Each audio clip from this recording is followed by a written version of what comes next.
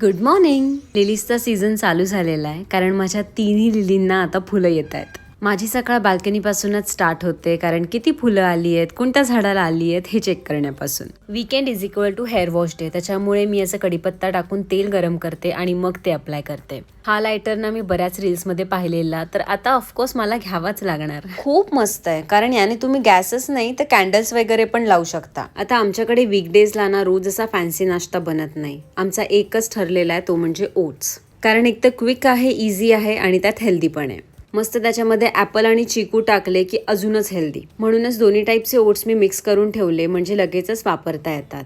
माझी तर ही कामं चाललेलीच, पण बिहाइंड द कॅमेरा अनिकेत पण कामं करत होता. कदाचित आई झाल्यावरती ना आपण खूप जास्त प्रोटेक्टिव्ह होतो. म्हणजे सगळंच आपल्याला घरी बनवायचं असतं.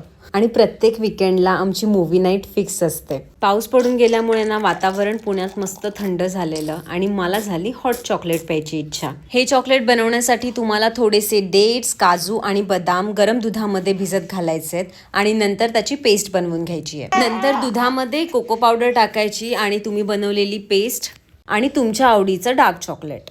ते थोडंसं थिक होईपर्यंत मस्तपैकी शिजवून घ्यायच्या सगळ्या गोष्टी आणि टणटणा, तुमचं हॉट चॉकलेट इज रेडी. आणि जर हे हॉट चॉकलेट उरलंच तर तुम्ही डीप फ्रीजमध्ये ठेवा कारण त्याचं आईस्क्रीम बनतं आणि ते खूप छान लागतं. नक्की ट्राय करा. चला लवकरच भेटूयात नवीन ब्लॉगमध्ये. तोपर्यंत बाय.